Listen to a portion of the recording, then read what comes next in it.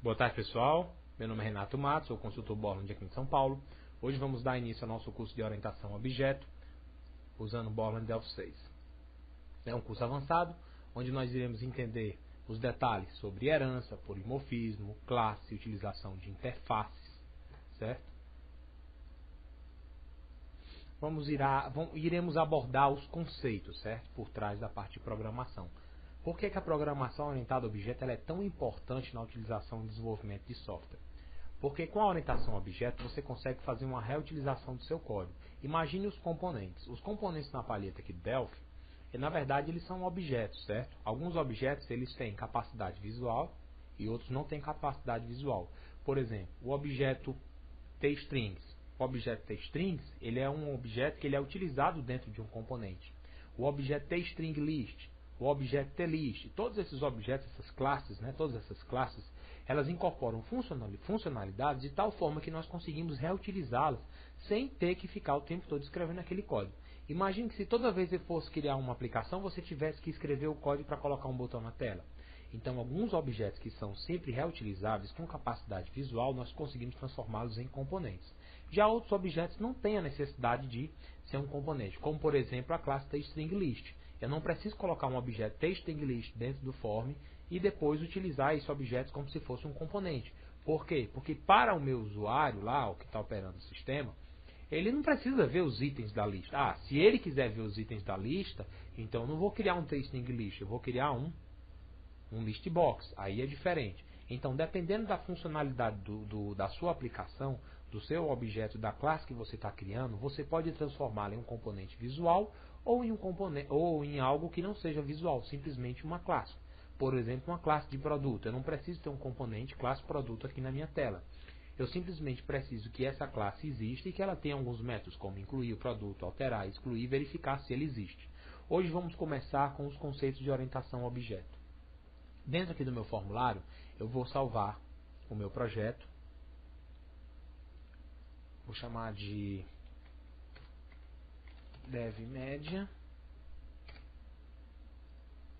Orientação a Objeto, Programação Orientada a Objeto, Aula 1. Vamos criar aqui a nossa unidade principal e o nosso projeto Objeto.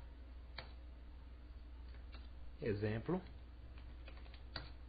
Começamos com a classe. O que é uma classe? Uma classe ela é um aglomerado de funcionalidades. Por exemplo, nós temos uma classe chamada pessoa. Essa classe pessoa ela incorpora todas as funcionalidades, todos os atributos, todas as informações, tudo referente a uma pessoa. Por exemplo, eu tenho um CPF, tenho um RG, tenho um nome, eu tenho um endereço, certo? Então uma classe ela é uma coleção. E o objeto ele é um membro dessa coleção. Por exemplo, vamos criar uma classe simples, aqui no nosso type. Vou criar uma nova unidade para a gente possa entendê-la. Vou salvar essa unidade como classe. Vamos utilizar aqui na interface a declaração de tipo para essa classe. Por convenção, o Delphi na VCL a gente usa sempre um T para um tipo de classe, certo? Vamos chamar essa classe de TPessoa. Essa TPessoa é uma classe. Pronto, criei a minha classe. Posso compilar. Funcionou o meu código. Agora que eu tenho uma classe, eu posso ter vários membros dessa classe. Posso colocar aqui um botão, membros, add member, certo? E aí, eu vou criar uma variável chamada objeto, que é do tipo TPessoa. Não esqueçam de adicionar essa unidade classes dentro do uses da sua aplicação. Então eu posso criar um objeto do tipo TPessoa, posso instanciá-lo,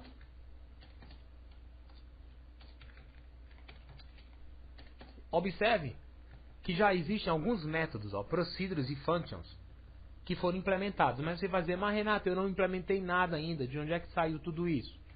Toda classe, certo, tem um ancestral comum. Então, como nós não dissemos, nós não falamos aqui, não deixamos explícito quem é o ancestral dessa classe, Por convenção, existe um acessório chamado TObject. É a classe padrão para todos os objetos, certo? Todas as classes derivam de TObject. Logo, eu posso criar TPessoa utilizando class TObject ou simplesmente não utilizando class TObject. Tanto faz. Está implícito. E depois eu libero a minha classe. A minha classe ela simplesmente não faz nada.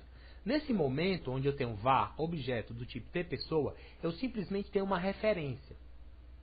Eu tenho uma variável, eu tenho alguma coisa que aponta para uma classe.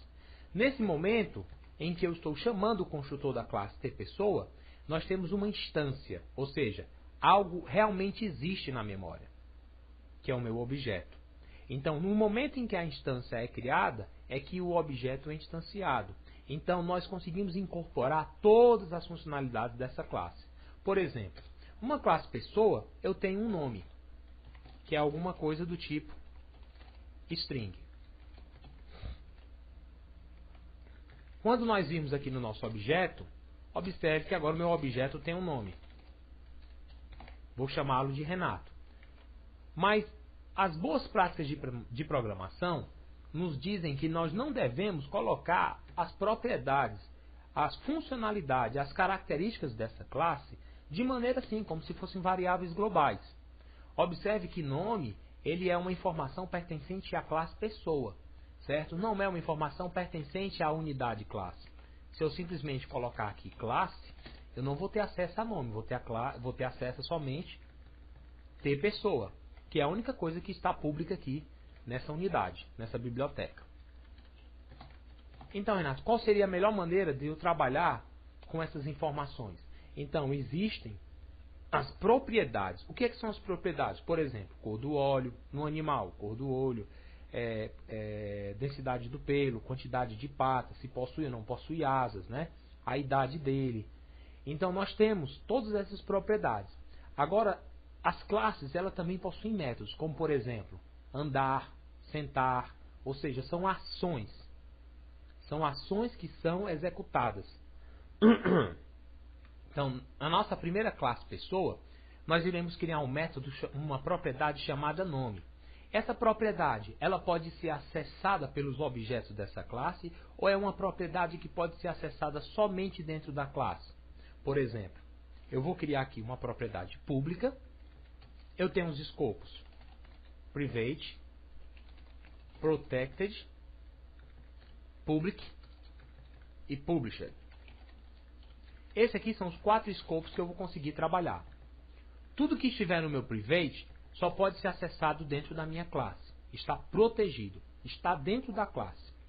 Tudo que estiver dentro do meu protected só pode ser acessado dentro dessa classe e das classes que são filhas de TPessoa. Tudo que estiver dentro de public pode ser acessado dentro da minha classe, como também dentro das minhas instâncias. E tudo que estiver no published pode ser acessado por qualquer coisa, dentro da minha instância e dentro da minha classe. A diferença de public e published é que as variáveis, as propriedades que estão em published, eles aparecem aqui no nosso Object Inspector. Os eventos colocamos como published e as propriedades colocamos como published. Algumas propriedades não ficam como published, elas ficam protegidas. Por quê? Porque não há necessidade ainda de se exibir essa propriedade nesse momento, certo?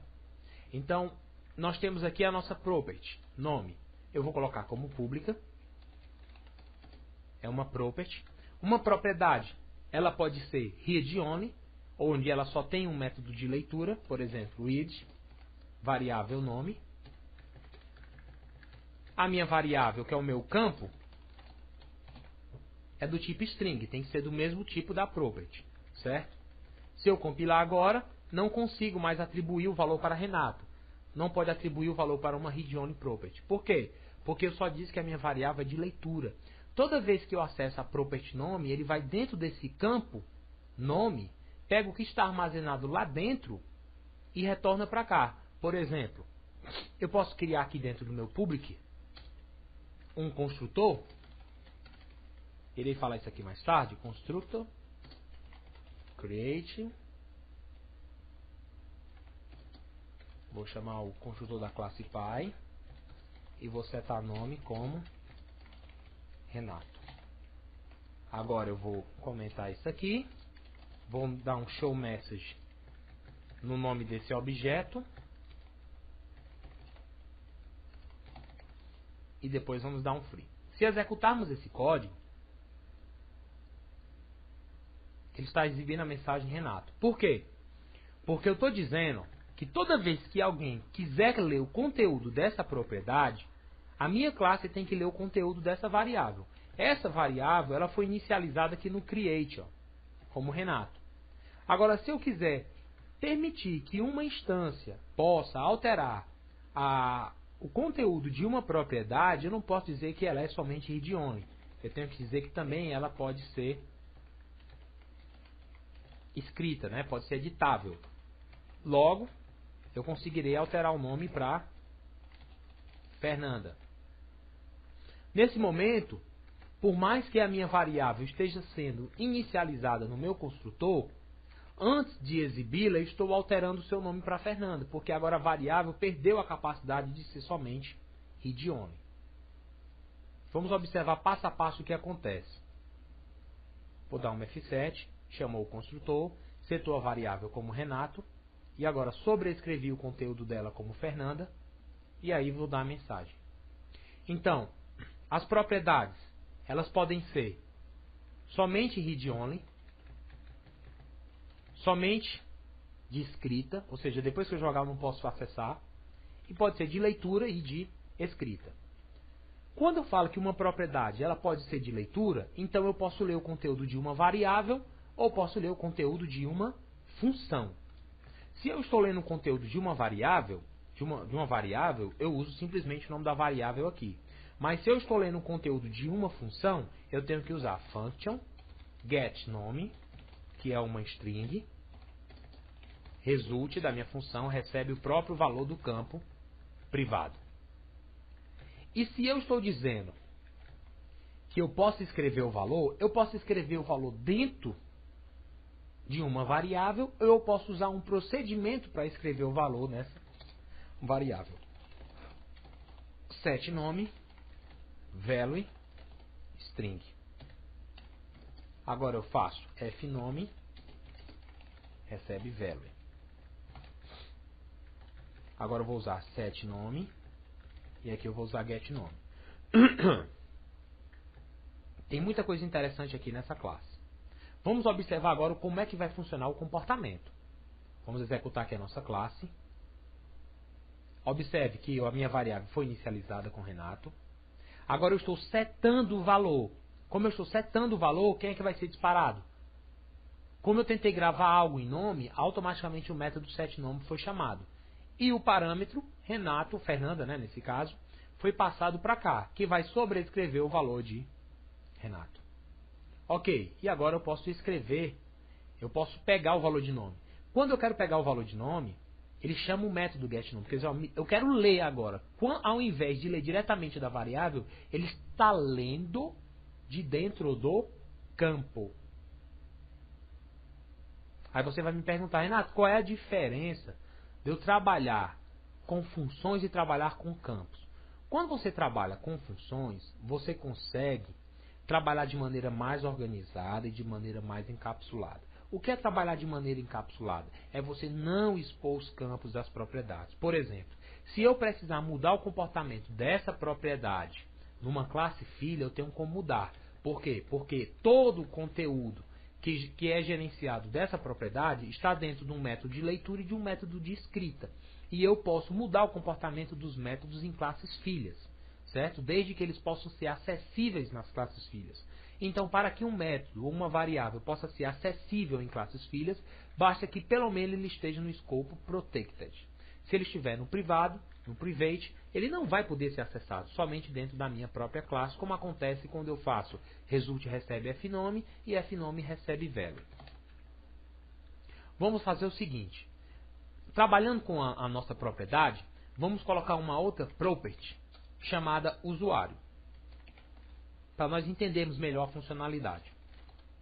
Usuário é uma string, leia f usuário e escreva f usuário. Vamos colocar aqui o nosso usuário. Tá aí ele. Na hora de ler o nome, vamos verificar se usuário igual a devMedia. Então, result recebe o nome que está armazenado. Se não, result recebe sem acesso.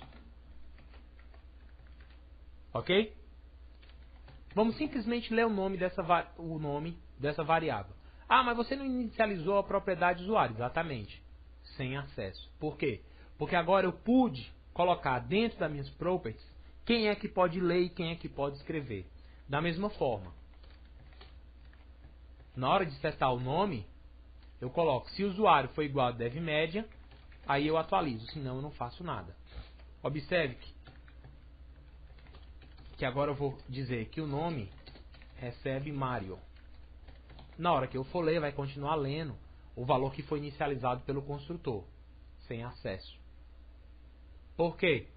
Porque na hora que eu estou tentando ler o nome, primeiro, eu nem consegui gravar Mario lá. Por que eu não consegui gravar Mario? Porque você vai ver que eu não setei o usuário. Como eu não defini o usuário, quando eu vou tentar gravar, o usuário está vazio. Então eu não consigo mudar. Então na hora que eu vou ler o nome, o que é que ele faz? Ah, o usuário não é devMedia, então eu já dou logo sem acesso para ele. Então eu consigo fazer essa gerência de acesso quando eu trabalho com métodos e não diretamente com campos. Como é que eu faria se eu estivesse trabalhando com nome? F-usuário, F-nome e F-nome. Eu teria era que impedir que a classe fosse instanciada. Porque eu estou lendo direto a variável, então não posso impedir. Quantas leituras foram realizadas, quem leu, em que momento foi lida, em que máquina. Então é bom que a gente trabalhe com métodos, certo? Nós estamos encapsulando, ou seja, nós estamos protegendo que as pessoas acessem diretamente os campos que são privados correspondentes às nossas propriedades. Vamos colocar agora usuário recebendo devMedia. Mário. Como eu setei o valor do usuário devMedia, eu consegui tanto escrever como ler o valor da minha propriedade. Então, está aí uma utilização, um motivo pelo qual nós devemos trabalhar com campos, né? Renato, agora falando um pouquinho sobre herança. Como é que a gente vai usar a herança junto com isso daqui? Por exemplo, vamos criar aqui mais duas propriedades, chamada getUsuário, dois métodos, né? E setUsuário. Tem eu simplesmente coloquei, ó, getUsuário e set. Vou dar um Ctrl+Shift+C, ele gerou a implementação para mim. No getUsuário, result recebe FUsuário. No setUsuário, FUsuário recebe value. Ok. Vou colocar tudo como protegido, porque eu posso querer mudar o comportamento. Nós vamos ver sobre essa questão do comportamento logo agora, no nosso próximo exemplo. E aqui no nosso getNome, vou simplesmente deixar o código recebe nome e setando o nome. Pronto, nós temos aqui duas propriedades e nós temos aqui os métodos get e set. Agora vamos criar uma outra classe chamada tPessoaFísica. É uma classe filha de quem? De tPessoa. Não mais filha de tObject. Só preciso disso. Então, Renato, o que é que você fez? Você está dizendo que está criando uma nova coleção que vai herdar todas as características de pessoa e que, por sua vez, certo, eu posso implementar novas características para uma pessoa física. Já na minha variável, como eu estou trabalhando com tPessoa, vou passar a trabalhar agora com tPessoaFísica. Continua funcionando o código. Por quê?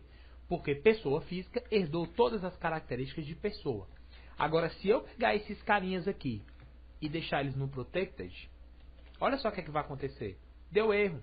Por quê? Porque métodos protegidos só podem ser acessados por classes filhas. Para que uma instância possa acessar um método, ele teria que estar no escopo publisher ou público. Passou a funcionar. Vamos colocar aqui agora public. E agora vamos fazer o seguinte. Vamos garantir mais duas novas funcionalidades para a nossa classe. Uma pessoa física, ela tem um CPF.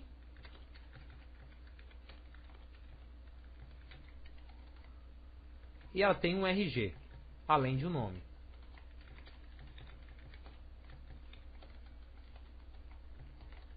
Ctrl Shift C. Vamos colocar isso aqui como protegido. Vamos colocar mais duas variáveis, né? Dois campos, FCPF, string, e FRG, string. Ok. GetCPF result recebe FCPF. GetRG result recebe FRG, F de field. Na hora de setar FCPF recebe o valor e FRG recebe o valor. Pronto. Com isso nós conseguimos implementar as nossas funcionalidades. Agora, Renato, eu quero fazer o seguinte. Eu quero toda vez que alguém for acessar a propriedade, por exemplo, usuário da pessoa física, certo? O valor sempre vai vir um valor físico, um valor fixo. Eu quero mudar o comportamento dessa propriedade de usuário. Eu tenho como mudar o comportamento de uma propriedade de usuário? Eu tenho como fazer isso. Olha só o que é que eu vou fazer agora. Eu vou pegar esse cara, get usuário,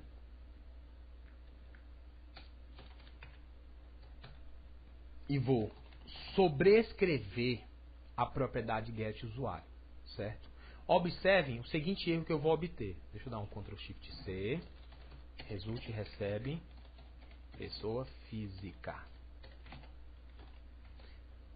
Eu não posso sobrescrever alguma coisa que é estática. Por exemplo, toda vez que a gente vai querer mudar o comportamento de um método, esse método não pode ser estático. O que é um método estático? É um método que não pode sofrer override, certo? Que não pode ter o seu comportamento alterado. Então, para que eu possa alterar o comportamento, eu tenho que dizer, olha, ele é dinâmico ou ele é virtual. Quando eu digo que um método é virtual, então vai ser utilizado, certo? O compilador irá utilizar uma coisa chamada Virtual Memory Table. Ele irá colocar todos esses métodos dentro de uma tabelinha. Eu tenho uma tabelinha. Toda vez que você cria uma classe, é criada uma tabela virtual para essa classe. Toda vez que você cria um método nessa classe, é criada uma outra tabela virtual para os métodos dessa classe. Isso se chama VMT. Com isso você consegue adquirir velocidade, mas se gasta um pouco mais de memória, porque imagine que você tem agora uma tabela para cada classe. Quando você cria um método dinâmico, certo? Quando você cria um método dinâmico, ele é um método que consome menos memória do que um método virtual, certo? Mas compensação, o seu acesso é menos veloz do que um acesso pela tabela, certo? Então é uma questão só de performance, o número de transações que você vai realizar. Imagina você está realizando 2 milhões de transações por segundo em cima de um objeto. Então talvez fosse mais interessante se preocupar com a velocidade do que com a quantidade de memória. Então vamos utilizar sempre os nossos métodos como virtuais. No nosso caso aqui, vamos colocar todo mundo como virtual para que eu possa, se eu achar necessário, mudar o comportamento desses caras em classes filhas. Por exemplo, estou mudando o comportamento agora, vou deixar aqui também todo mundo como virtual. Nesse caso aqui não é virtual, ele é um override, porque eu estou mudando o comportamento de usuário. Compilei. Observe que eu estou setando o usuário como DevMed e o nome como Mário. Mas na hora que eu for ler o valor desse objeto, eu vou ter uma mensagem diferente. Espera aí. Pessoa física, o nome do objeto. O nome, então, eu estou mudando o usuário, então aqui tem que ser get nome, né? Se eu estou querendo mudar o comportamento do nome, é aqui, pessoa física, get nome. Pessoa física. Ele não olhou para o valor que eu coloquei, Mário, certo? Mas Renato, se eu quisesse pegar o valor que eu gravei mais a palavra pessoa física, eu tenho como pegar? Aí sim, o que é que você está vendo? Olha só. Você está setando o valor de nome como Mário. Mas da onde é que o nome foi declarado? Foi declarado na classe pessoa.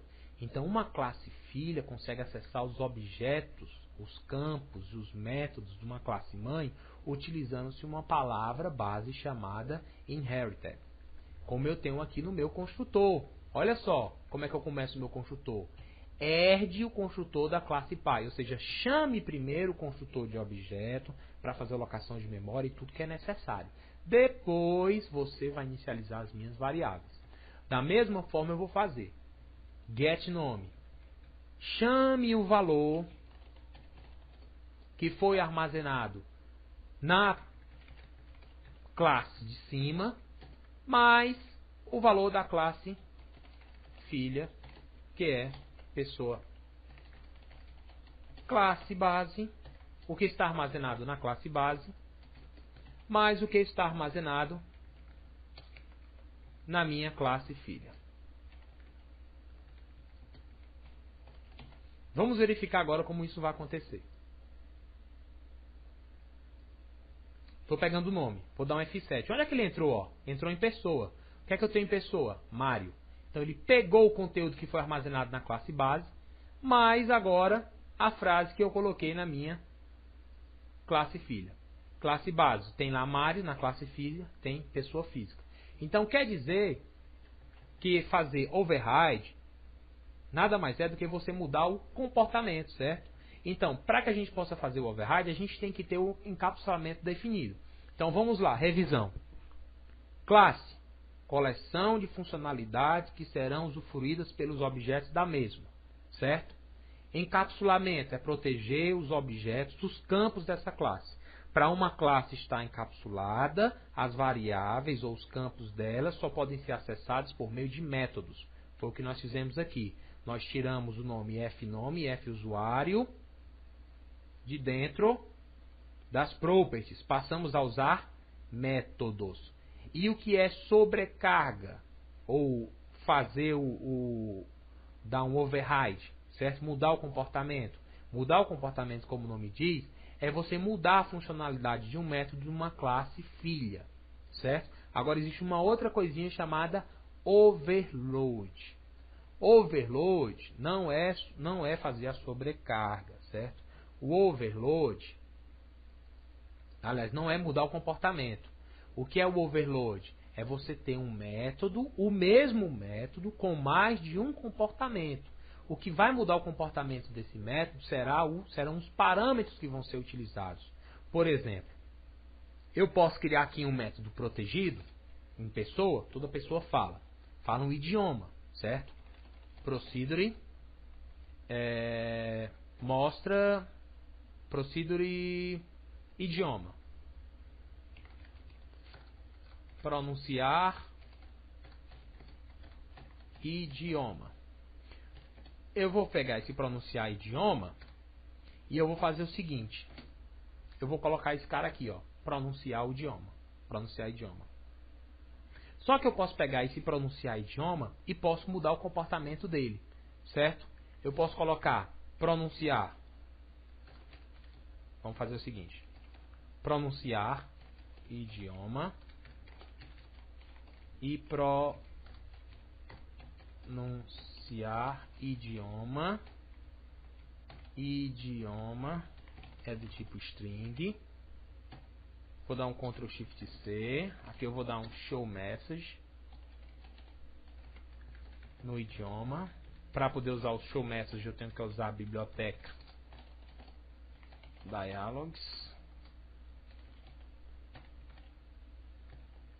E aqui eu vou colocar idioma português. E aqui eu vou usar um overload. Sobrecarga, ó. E aqui também, overload. O que é que muda esse método desse outro? É a assinatura dele, certo? Olha só, é a assinatura que está diferente, ó. Num eu tenho um parâmetro e no outro eu não tenho parâmetro, certo? Um eu tenho e o outro não. Então, quando eu vim para cá, eu posso utilizar detalhe, né? Tenho que colocar esses carinhas no meu escopo público, se eu quiser que os meus objetos possam acessá-los. Pronunciar idioma. E ainda posso fazer o seguinte, ó. Pronunciar idioma. Eu vou colocar idioma e a quantidade de vezes, que é um inteiro. Também vou dar um overload. E eu vou colocar for e é do tipo inteiro. E recebendo de 1 até a quantidade de vezes, faça. Aí eu vou fazer aqui, ó, chame o método pronunciar idioma, que já foi declarado, passando agora só um. Eu não preciso escrever todo o código de novo. Então agora quando eu for para o meu pronunciar idioma, eu tenho, ó, simplesmente esse. Eu tenho esse.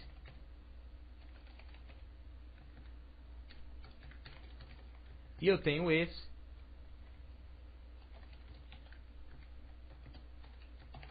Veremos agora o comportamento.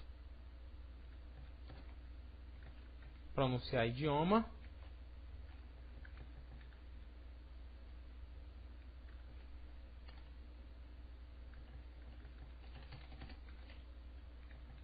Vezes é inteiro, né? Idioma. Opa, ficou escrito errado aqui.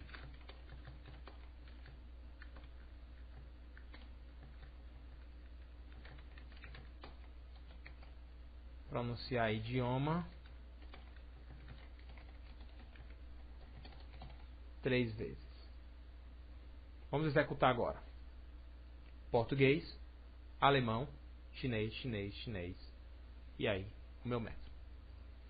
Então, pessoal, na aula de hoje nós vimos classes, herança, polimorfismo, certo? Mudamos a forma como o método foi executada, certo? Qual que é o polimorfismo? Polimorfismo aqui, ó. Ó, get nome, cadê? Get nome, aqui, certo? Vimos o polimorfismo, vimos o overload ou a sobrecarga, vimos os escopos private, protected, public, published. E na próxima videoaula nós iremos falar sobre inicialização de propriedades, construtores e destrutores. E iremos falar também sobre a questão de fazer o typecast dos objetos. Por exemplo, eu posso criar um objeto do tipo de uma classe, inicializar com outra classe e ter um comportamento do objeto da instância diferenciada em runtime, certo? Então, até a próxima videoaula. Obrigado a todos e até mais.